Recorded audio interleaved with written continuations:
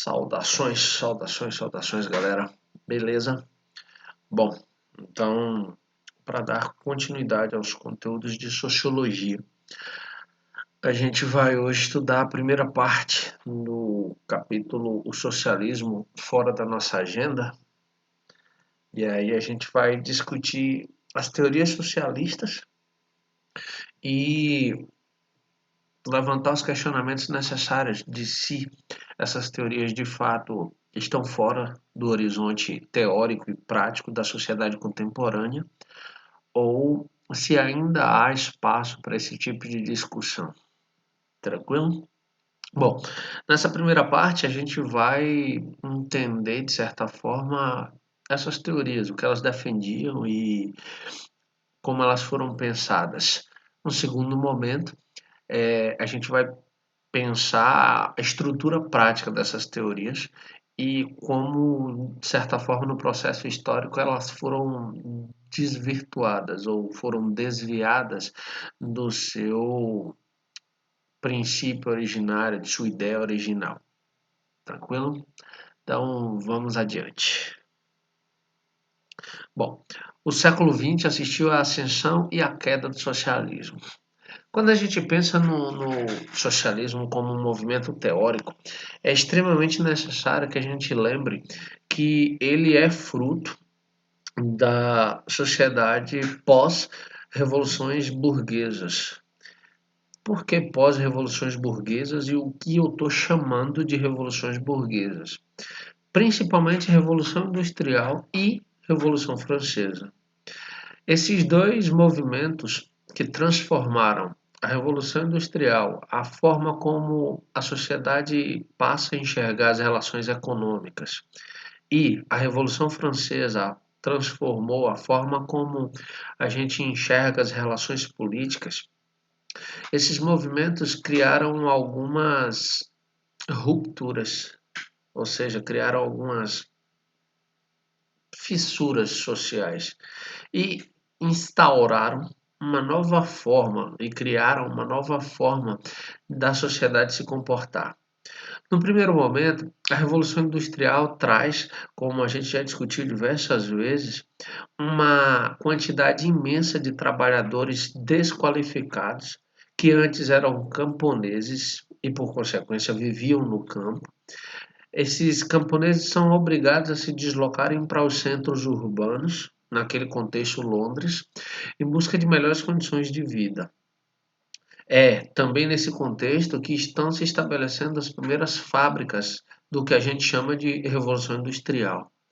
Fábricas essas que tinham cargas horárias de trabalho que passavam das 14 horas, das 15 horas, das 16 horas de trabalho e remuneravam muito mal. Além disso, contratavam mulheres e crianças com salários que chegavam em algumas situações à metade do que os homens já ganhavam e que era muito pouco.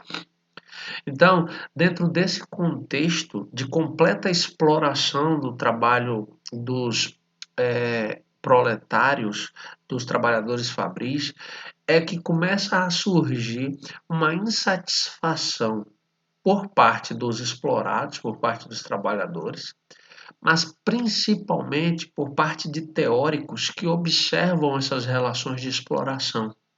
Então, eles começam então a pensar teorias, pensar alternativas teóricas que pudessem serem viabilizadas, que pudessem ser colocadas em práticas, com o intuito de diminuir aquela exploração, com o intuito de facilitar o acesso ao produto que era fruto do trabalho daqueles trabalhadores, que na maioria das vezes trabalhavam produzindo algo, mas não tinham dinheiro suficiente para consumir o que eles mesmos produziam trabalhando.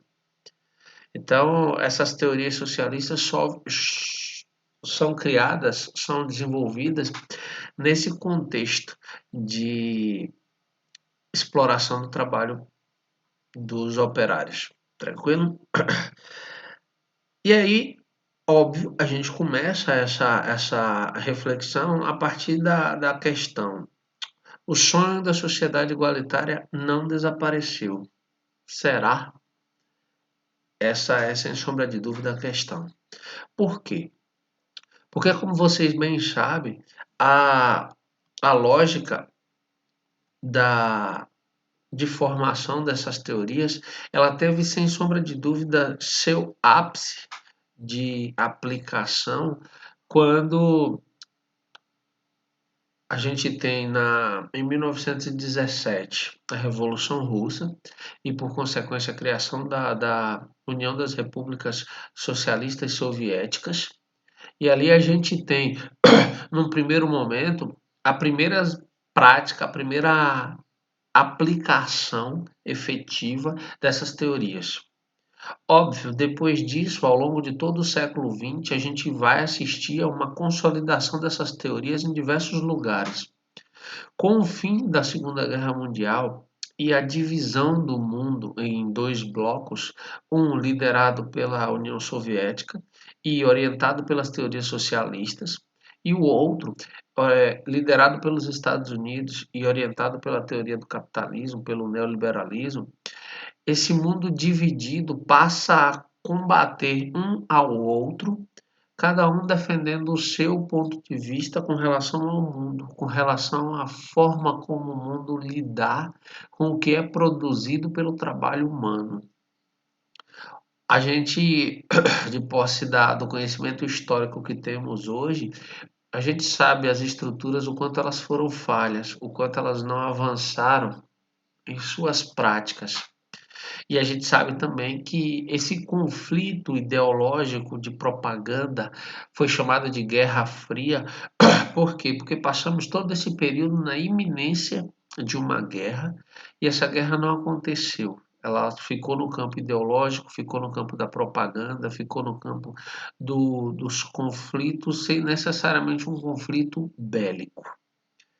Com o fim da União Soviética, final da década de 80, a gente tem um posicionamento global por parte do capitalismo.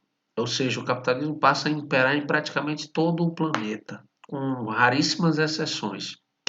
E aí ele vai construir uma cultura amparada nos seus interesses, que é uma cultura de consumo, que é uma cultura de altos níveis de produção.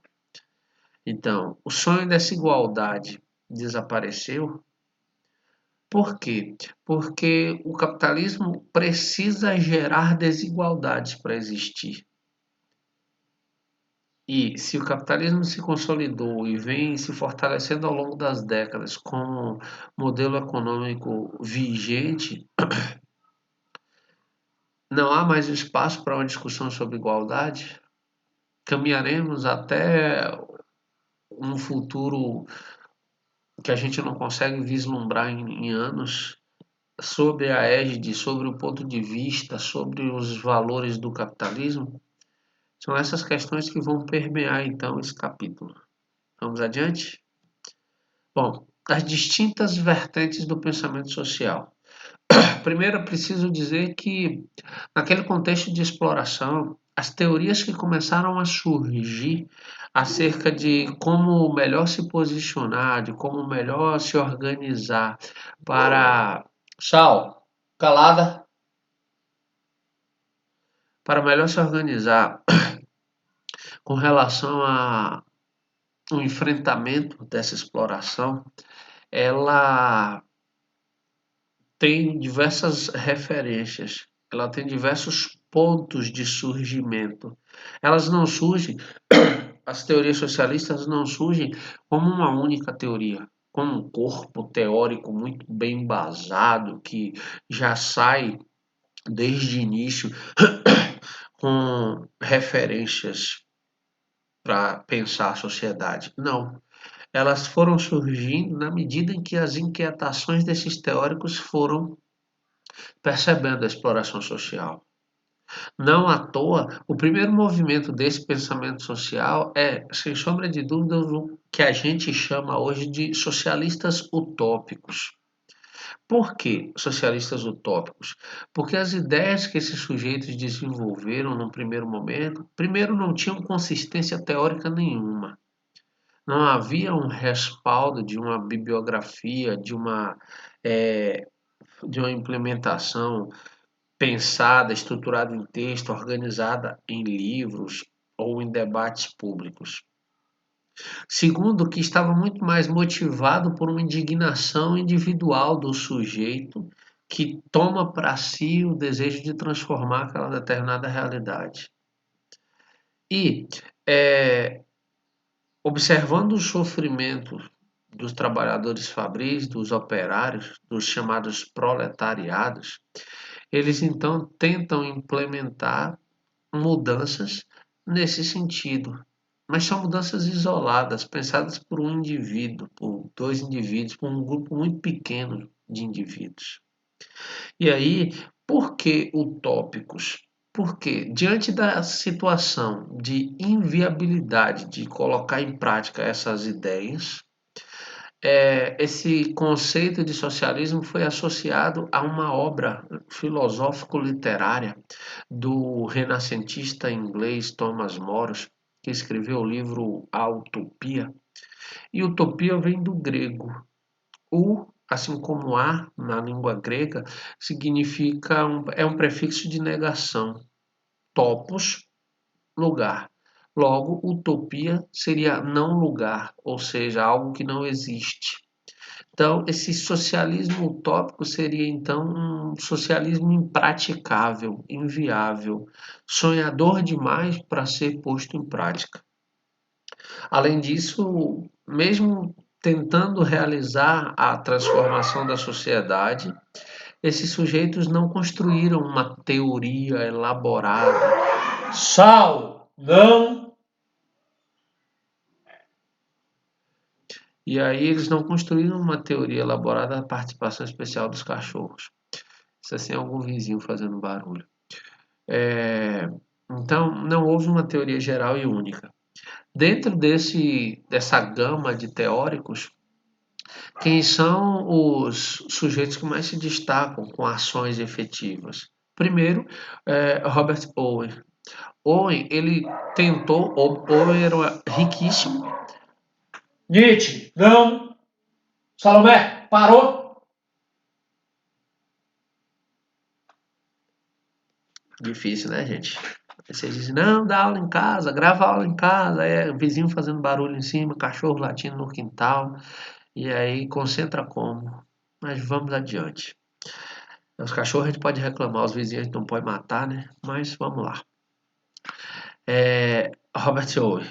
Bom, Robert Owen era rico, muito rico, dono de fábrica, e ele tentou, através de iniciativas individuais, é, transformar, pelo menos, a realidade dos seus funcionários. Para isso, ele reduziu a carga horária de trabalho para 10 horas.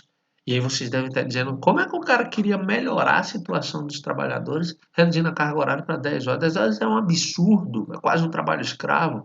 Não, gente. Naquele contexto, foi uma transformação muito, muito importante. Por quê? Porque as cargas horárias de trabalho chegavam a 14, 15, 16 horas por dia. Então, reduzir isso para 10 horas foi uma transformação imensa. Sem contar que o Robert Owen, ele tentou melhorar salário, ele implementou creches dentro das fábricas para que as mulheres deixassem seus filhos e pudessem trabalhar mais tranquilamente. Tentou aumentar o salário dos seus funcionários na medida em que eles fossem estudando dentro da estrutura que ele construiu. Só que ele quebra. Ele quebra na Inglaterra e vai com o resto da fortuna dele para os Estados Unidos e tenta lá nos Estados Unidos também implementar essas ações. Não dá certo também lá e ele acaba saindo do ramo fabril por não conseguir mais implementar nenhum tipo de ação. Outro sujeito que chega a colocar algumas teorias dessas em práticas é o francês Louis Blanc. Blank propõe uma construção das chamadas oficinas nacionais, onde essas oficinas nacionais receberiam financiamento do Estado e aí todos os profissionais daquela área trabalhariam de forma coletiva. O que eles produzissem geraria uma renda bruta que seria então dividida em três situações, em três pontos. Primeiro, a restituição do Estado com relação ao empréstimo feito para a construção dessas oficinas. Segundo, a divisão de acordo com a produção dos sujeitos que fazem parte dessas oficinas, desses coletivos. E terceiro, uma parte dessa renda seria destinada então aos trabalhadores que estivessem machucados ou que estivessem fora desse mercado de trabalho. E essa seria uma espécie de renda de apoio a essa camada da população. Isso até chegou a ser implementada, mas depois das derrotas sofridas pelas manifestações populares em 1848, na Revolução de 1848, essas oficinas então elas param de receber financiamento estatal e aí, óbvio, por consequência, desaparecem. Tranquilo até aqui? Então, vamos adiante. E a Igreja Católica? Onde ela estava nesse contexto histórico de transformações gigantescas? Ela, como sempre, estava pensando em si. E aí, naquele contexto todo de efervescência de teorias que propunham transformações radicais da sociedade, a Igreja Católica, conciliadora, conservadora, como ela sempre foi, ela emitiu, através do Papa Leão XIII, em 1891, uma encíclica chamada Rerum Novarum. O que é que essa encíclica dizia? Ela dizia que a religião é a única via para uma sociedade mais justa. Ou seja, é, não precisa brigar, vocês não precisam criar teorias que impulsionem a população a tomar consciência de que são explorados e tentarem reverter esse contexto. Não. O que vocês precisam é acreditar em Deus, ter fé em Deus e aguardar que a igreja, através das intervenções divinas, transforme a sociedade. Transforme a sociedade e permita que as pessoas vivam em harmonia e com mais justiça social. Bom, as teorias falharam, óbvio. A igreja continuou sendo a igreja. O capitalismo se consolidou enquanto modelo econômico. As desigualdades se ampliaram. Então, a encíclica falhou ao convidar a população a acreditar suas esperanças exclusivamente nela, Igreja Católica. Uma outra vertente das teorias socialistas naquele contexto é, sem sombra de dúvida, o anarquismo. O anarquismo que ainda existe hoje como uma área de estudo, como uma área de conhecimento, com grupos organizados no mundo todo. Aqui no Brasil, esses movimentos ainda existem com muita força.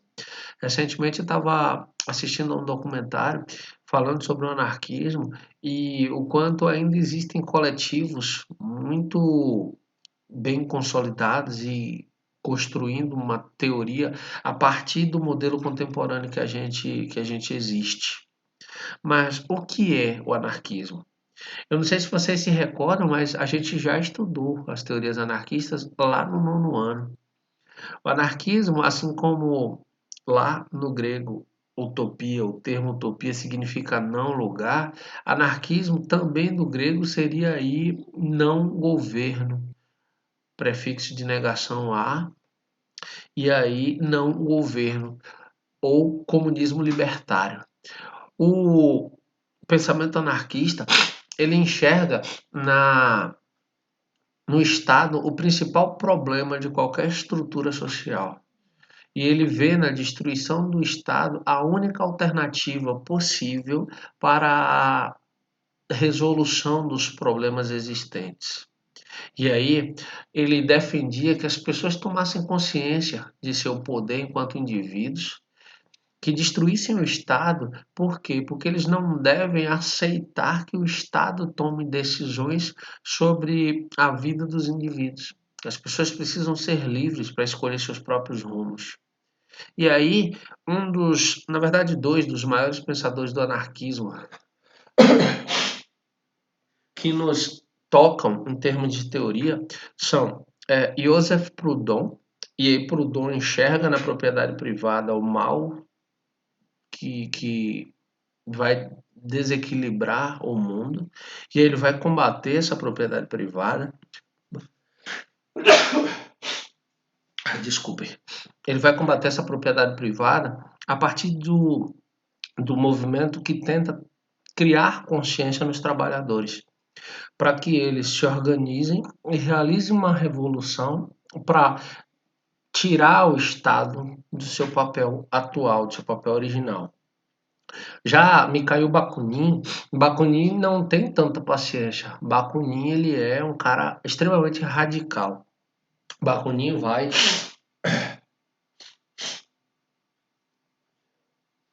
Pega um pedaço de papel, só um segundo aqui.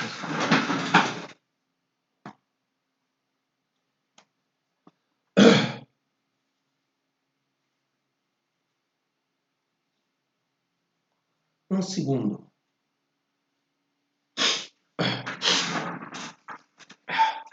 Essas mudanças de tempo de Caetité me matam.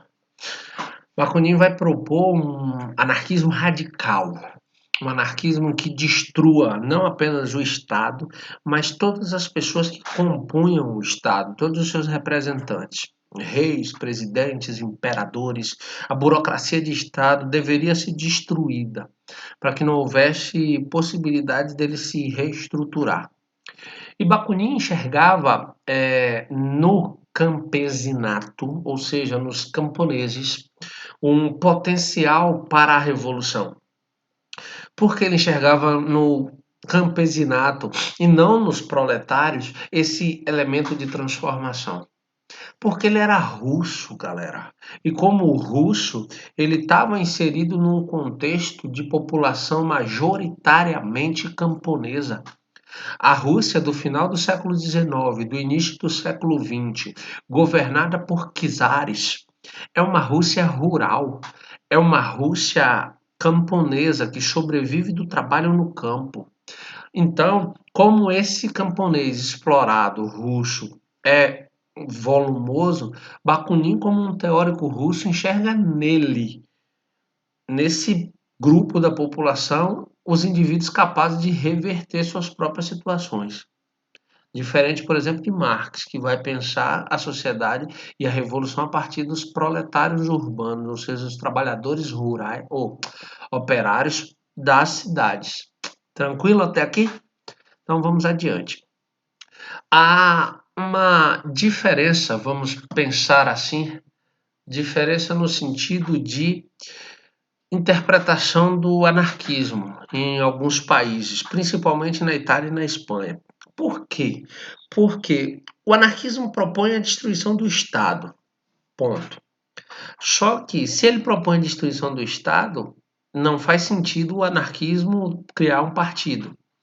Não faz sentido o anarquismo criar um sindicato, uma associação. Por quê? Porque todas essas formas de organização são formas que reconhecem o Estado e se organizam exatamente para resistir a ele. No entanto, mesmo que a teoria geral, a essência do anarquismo proponha a destruição do Estado, há países como a Itália, como a Espanha, que formularam uma espécie de anarco-sindicalismo, que seria a construção de sindicatos, de partidos, de associações dentro da teoria anarquista, mas criando essa vertente de resistirem dentro da própria estrutura do Estado. Então, se vocês lerem ou verem numa questão, o conceito de anarcossindicalismo é um conceito isolado, um conceito que acontece em países específicos, Itália e Espanha, e não como parte da teoria geral sobre o anarquismo. E aí, óbvio, a gente não poderia deixar de tocar no socialismo marxista. Bom, o socialismo marxista é o que a gente também chama de socialismo científico. Por quê? Porque em 1848, na Revolução de 1848, quando as frentes populares perderam o espaço, deixaram de existir, vamos dizer assim, Marx e Engels publicam um livro chamado Manifesto Comunista. E aí esse livro ele é o marco inicial da passagem do socialismo utópico, onde a gente não tinha um referencial teórico, onde a gente não tinha uma base teórica, para a construção do que a gente vai chamar de socialismo científico, que é a construção de uma teoria com um embasamento teórico muito grande na história, na filosofia, e começa então a surgir esse conhecimento que mais tarde vai ser inserido no que a gente chama de sociologia, que está nesse contexto aqui em seu processo de formação. Tranquilo? Bom, no manifesto eles concluíram que não seria possível para o proletariado participar do poder político em um Estado organizado pela burguesia. Olha que coisa interessante. O que é que os socialistas científicos tiveram como ponto de partida? Eles entenderam que enquanto quem estivesse à frente do Estado fosse a burguesia e fosse, por consequência, os interesses burgueses, não havia a menor possibilidade do trabalhador galgar espaços de poder, chegar ao poder.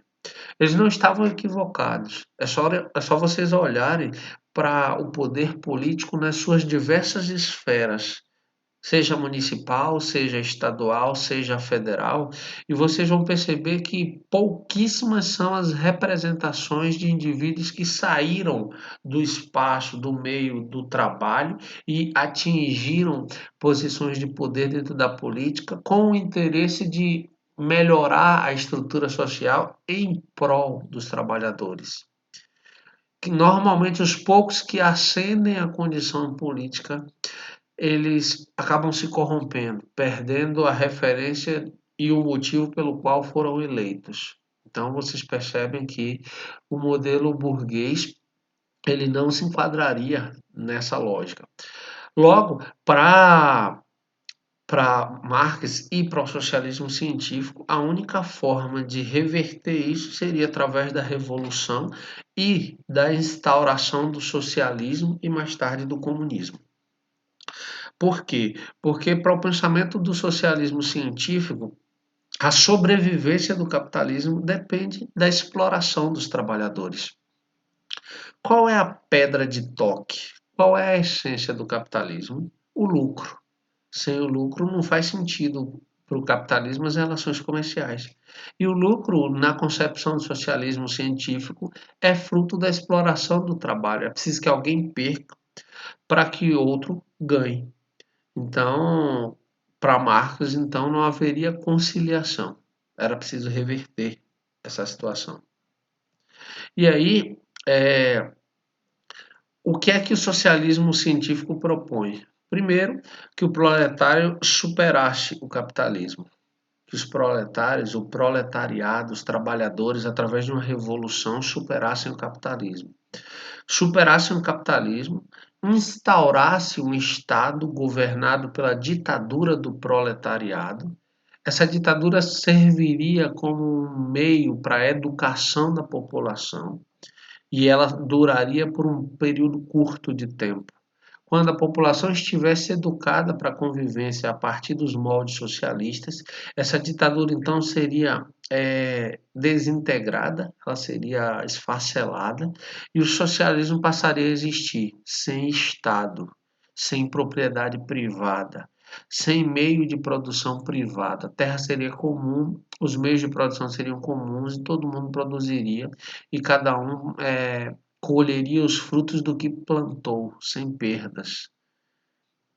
Nesse contexto, não haveria então o governo sobre os homens, mas uma administração das coisas. Em que sentido? Não haveria ninguém dizendo o que você deveria fazer. Haveria então a consciência de que as coisas precisavam ser feitas e, óbvio, a iniciativa de fazer. E a administração do que fosse produzido seria no sentido de dividir com todos os que participaram daquela produção de forma justa, equilibrada. Na prática, a gente não teve isso, e é exatamente o que abordaremos na próxima aula, quando a gente for tratar da União Soviética e dos diversos desdobramentos históricos que a transformação que a União Soviética começou tocou o século XX como um todo. Tranquilo? Então, eu convido vocês a lerem o capítulo, a anotarem as dúvidas se houverem para a próxima live e a refletirem sobre o que leram no capítulo. Tranquilo? Eu fico por aqui e a gente se encontra em breve. Tchau, tchau, galera. Valeu!